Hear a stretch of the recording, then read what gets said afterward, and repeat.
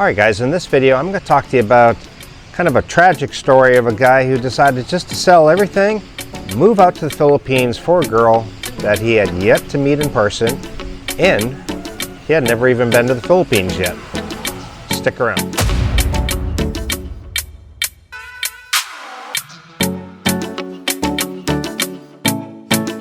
Alright, so a few months ago I had a gentleman message me. His name was Dave. He was still in the US, and he asked me, he said, listen, I want some advice about places to stay and this type of monthly income, and will this suffice? And I believe he was around 56 years old. He wasn't at retirement age. Now this is, as soon as he told me his story, the old story with expat John, the one who was on Old Dog's channel, who became dissolute and didn't have enough money, ended up having to go back to the US, the bells started ringing in my head saying, okay, warning sign, this is something similar. Well, this gentleman was 56, and he, similar to John, had saved up enough money to last him until Social Security.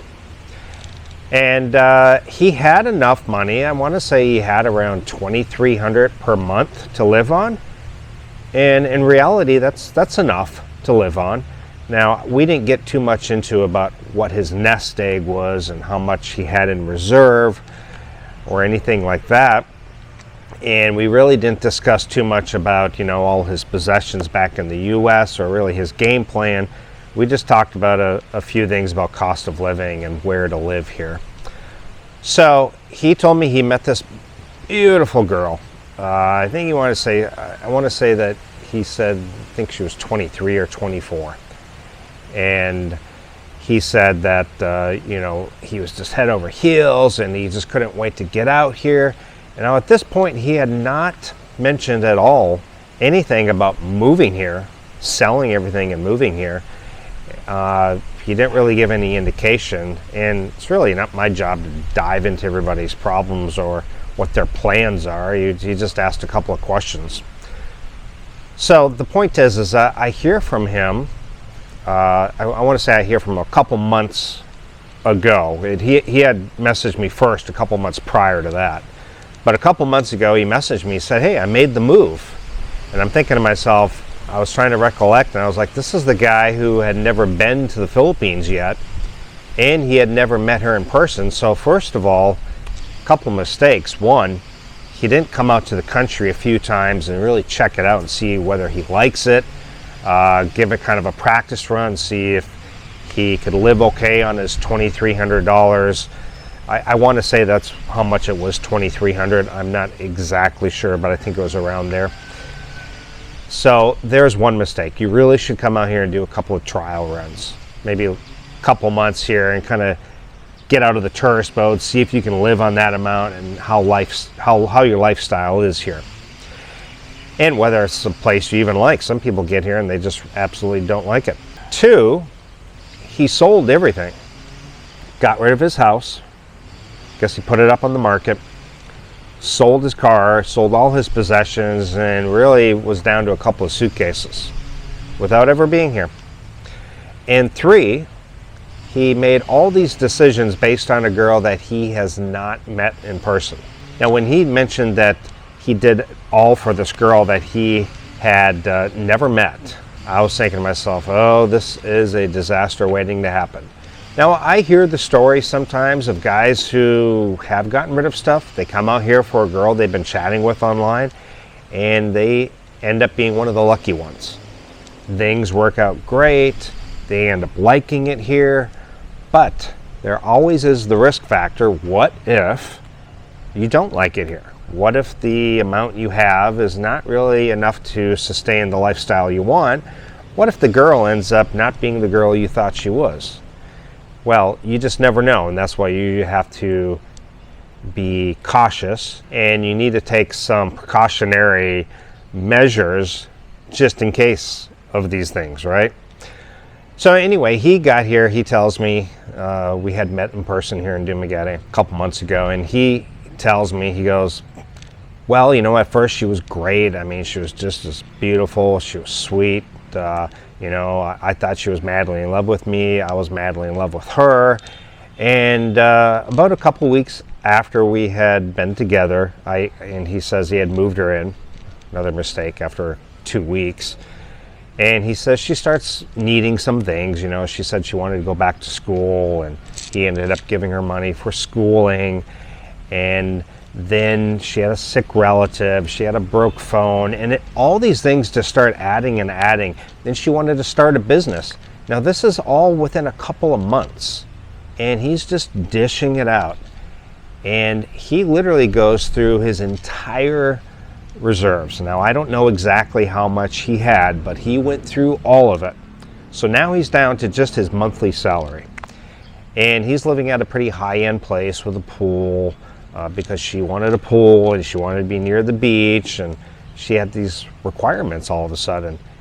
And guess what? Head over heels for this beautiful young 23-year-old. He went ahead and wanted to please her, so even though it was against his better judgment, he went ahead and did all these things. And they ended up breaking up. He finally had enough. And he said, this is it. So now he's alone at this point. Money reserves are gone. He's got the monthly income, but he doesn't have, he's got enough exactly to last him like a couple thousand per month up until the point he retires, or until he gets Social Security at 62.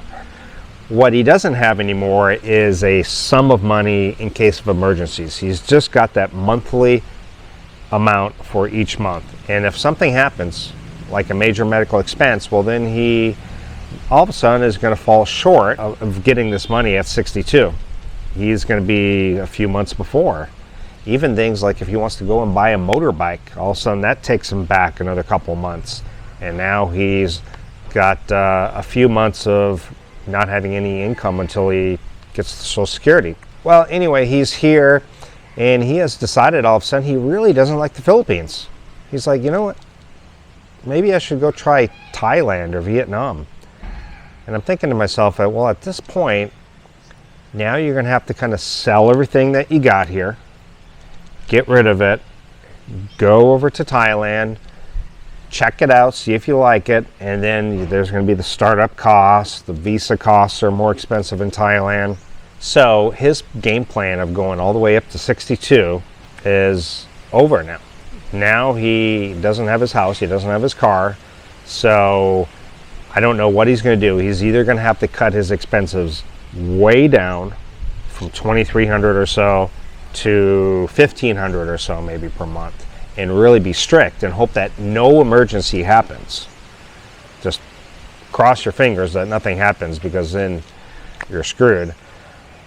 And so he's kind of stuck. He told me he doesn't really have any family, so he doesn't have anybody he can stay with. And this really reminded me of the John story. And I'm thinking, how many guys really do this?